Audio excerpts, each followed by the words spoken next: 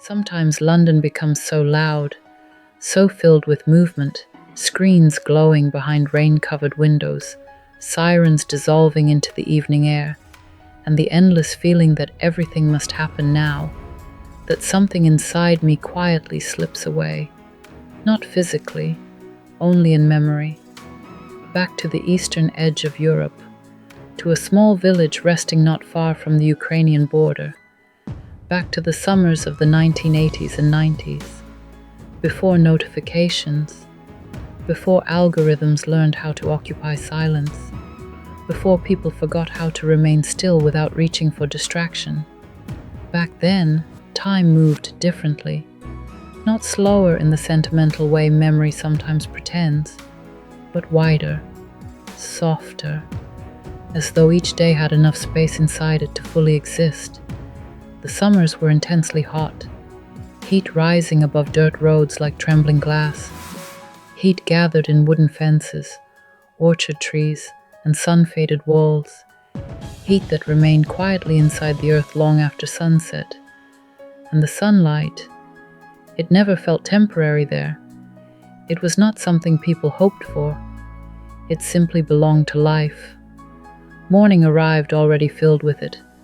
Soft gold falling across kitchen tables, lace curtains breathing gently through open windows, the distant sound of a rooster somewhere beyond the fields, a dog barking further away, leaves moving slowly in warm wind carrying the scent of soil still cooling after night. And somehow, even silence felt alive there. Not empty, never empty, but layered. Crickets hidden deep in tall grass, the low hum of insects drifting through evening light, voices floating softly from neighboring gardens, a bicycle passing somewhere unseen, the sound of dishes quietly being washed after supper, small human sounds woven gently into nature instead of competing against it. And inside those kitchens, life unfolded without performance, nothing curated, nothing staged for attention. Steam gathering slowly against slightly opened windows, wooden tables worn smooth by decades of hands resting against them, fresh dill scattered across warm potatoes, cucumbers sliced into thick cream still cold from the cellar, simple food prepared with the kind of patience that existed before efficiency became a virtue. Nobody spoke about mindfulness then. Nobody tried to romanticize slowness. It was simply how life moved. People stayed longer inside moments. They listened fully. They sat quietly without needing to fill every silence. They looked through windows without feeling pulled somewhere else at the same time. And perhaps that is what feels most distant now. Not the food, not even the places themselves, but the ability to remain fully inside one moment without the world constantly interrupting it. Because now, London continues endlessly around me, even in stillness. Sirens folding into midnight streets, news refreshing itself by the second. Windows glowing blue in nearby buildings where nobody truly seems to rest. A world where everything asks to be noticed immediately, and almost nothing is allowed to simply exist quietly. And yet, sometimes, through something as ordinary as butter melting into young potatoes, that other world returns, through the sharp scent of dill crushed gently between my fingers, through the cool simplicity of cucumber salad prepared the way memory still remembers it, through the soft sound of boiling water filling a small kitchen with warmth, and suddenly, the distance between now and then begins to dissolve. London fades slightly at the edges, the nervousness leaves the body, time softens, and for one brief moment, life no longer feels divided between past and present, only held, quietly, tenderly, as though somewhere deep beneath modern life, the old rhythms are still waiting for us, patient as ever, unhurried, still remembering how to live close to the earth, close to silence, and close to one another. We begin with compote, strawberries, cherries, apples, cold water, Nothing elaborate, nothing designed to impress, and yet, somehow it tastes entirely of summer, the kind of summer that no longer seems to exist in quite the same way. My grandparents lived at the edge of a small rural town, where the last houses slowly disappeared into forests and open fields. Beyond that point, life softened. Roads became quieter, time became slower, people belonged more fully to their days. In autumn, entire families disappeared into the forest together for mushroom picking. Parents, grandparents, children running ahead through the trees, dogs vanishing into golden leaves before returning again. Nobody treated it as something special. It was simply life unfolding the way it always had. A rhythm older than productivity, older than schedules, older than the constant need to be reachable. Every home had its own deep water well, cold water drawn directly from the earth itself. No plastic bottles stacked in supermarkets, no brands convincing people to purchase what once arrived freely through the land. Water belonged to everyone then, or perhaps people still understood they belonged to the earth. And during the hottest summers, my grandmother would lower freshly made compote deep into the well to cool naturally. I still remember the sound, the rope sliding slowly against old wood, the quiet echo from somewhere below, the weight of glass disappearing into darkness and returning again covered in soft condensation, as if the earth itself had touched it, as if coldness back then felt gentler somehow. Now living in London, where everything arrives instantly, artificially chilled, sealed in plastic, wrapped in noise and urgency, those memories return differently, more slowly, almost like fragments from another civilization. And maybe that is why I recreate these small things now, not only for taste, but to feel closer to a way of living that understood slowness naturally, a world where nobody searched constantly for escape, because life itself did not feel like something to escape from. So here, in this small kitchen far away from those forests, I slice apples slowly, drop cherries into simmering water, watch strawberries soften into sweetness. Steam gathers quietly against the windows, and for a moment, the distance between memory and present life becomes almost invisible, as if somewhere beneath the noise of modern life, that quieter world still exists, waiting patiently to be remembered. When I was a child, summers existed almost entirely outdoors. From early morning until dusk, we belonged more to the landscape than to the house itself. Nobody tracked where we were. Nobody called every hour asking when we would return. We simply disappeared on our bicycles into forests, fields, and dirt roads that seemed endless then. And somehow, we always found our way home again. I still remember riding through the heavy summer heat toward my grandparents' house, the asphalt cracked beneath the sun, air trembling above the road like liquid glass, dry grass releasing its warm, earthy scent into the wind, bees moving lazily through wildflowers glowing at the edges of fields. Everything felt deeply still, and yet completely alive at the same time.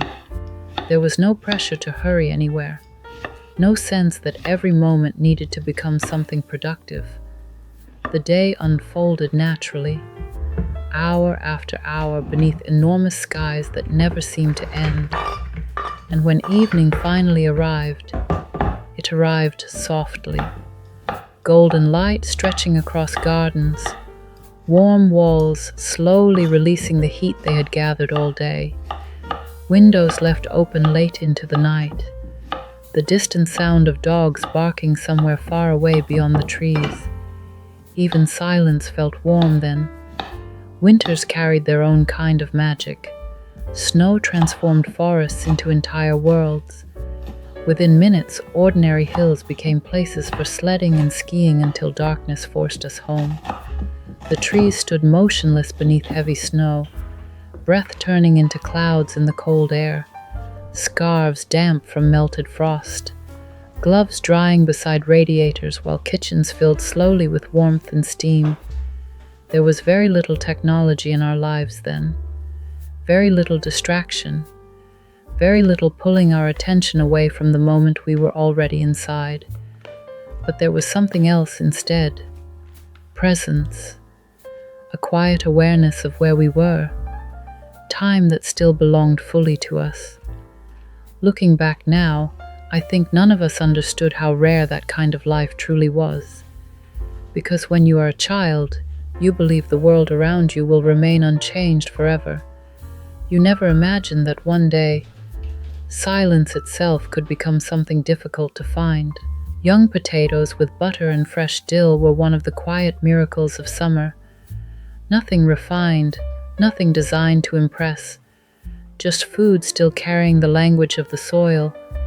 The potatoes had often been pulled from the earth only moments before, their skins dusted lightly with dry summer dirt, boiled slowly until tender, then left steaming softly on the table beside open windows and the sound of distant gardens.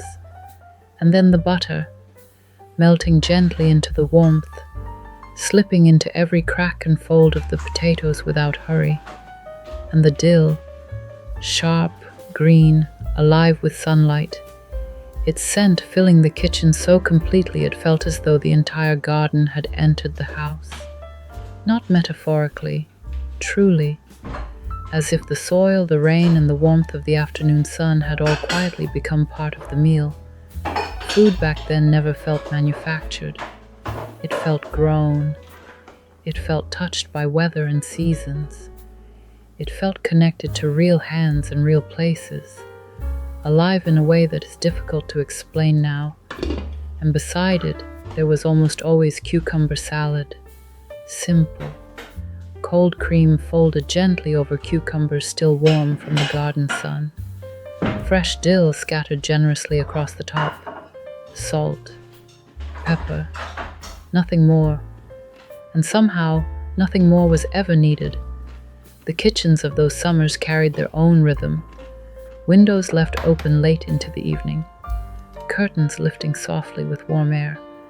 Wooden tables marked by years of daily life rather than perfection. People arriving without announcement. Nobody asking whether it was a good time. If someone appeared around lunchtime, another plate was simply placed on the table, quietly, naturally, without performance or preparation. Hospitality was never treated as something special then. It was instinct, a way of understanding that food was meant to be shared, and that nobody should leave a home hungry. And sometimes now, living here in London surrounded by speed, schedules, and endless distraction, I find myself wondering whether food itself has truly changed, or whether we have simply forgotten how to meet it properly, how to sit still long enough to taste it fully. Because once, even the simplest meal carried something more than flavor. It carried the season, silence, presence, a feeling that life itself was still close to the earth. And here it is, a forgotten summer from another part of Europe, quietly rebuilt inside a small London kitchen, buttered potatoes still steaming softly beneath fresh dill, cold cucumber salad prepared the way memory still remembers it, fruit compote chilled slowly, as it once was in the deep darkness of a water well beneath the earth. Simple food, nothing elaborate, nothing designed for attention. And yet emotionally, it feels like opening a hidden door into another life. One taste, and suddenly I am no longer here. Not entirely. I am back on quiet countryside roads, shimmering beneath summer heat. Back beside fields that seemed endless when I was a child. Back inside evenings where the air itself felt warm and slow-moving, listening to wind passing through tall grass, watching sunlight disappear gradually behind green horizons that never seemed to end. And somewhere nearby, dogs barking softly in the distance, curtains moving through open windows, the sound of dishes being washed after supper. Small, ordinary moments that once felt so natural we never imagined they could disappear. Back then, life carried less speed, less noise, less urgency pressing constantly against the mind. And because of that, people remained inside their lives more fully. Meals lasted longer. Silence was not something uncomfortable. Nobody felt the need to escape every quiet moment. The world felt smaller then, closer, more human, and perhaps that is why memories like these never truly leave us, because they are not only memories, they are fragments of another rhythm of living, one where people still belong closely to seasons, kitchens, gardens, and one another. A slower world quietly carried inside the body long after the places themselves begin to fade. And sometimes, all it takes is the smell of butter melting into warm potatoes for that entire world to return again. Thank you for spending this quiet afternoon with me here, for slowing down together if only for a little while. And if something in this moment stayed with you, if even a small part of you felt softer, calmer, more present, then perhaps this video became more than just a memory of food or summer. Perhaps it became a small pause from the noise of the world outside, a place to breathe again for a moment. If you enjoyed this gentle journey, you can leave a quiet little like below. And if you feel drawn to this slower world, to these kitchens, fields, memories, and forgotten rhythms of life, you are always welcome to stay a little longer and subscribe for the next story. And if one day you wish to visit my family's homeland yourself, to walk these countryside roads, see the forests, taste the food, and experience this quieter part of Europe beyond the usual tourist paths, I've left a small guide for you in the description below. Perhaps it may help you find your way there too. And maybe, one day, we will go there together, and I will show you the quiet beauty that still exists there, the endless summer fields, the forests after rain, the small villages hidden between trees and open land, the silence, the slowness, the feeling of a world that still remembers how to breathe. Until next time, take care of your quiet moments. I'll see you again soon.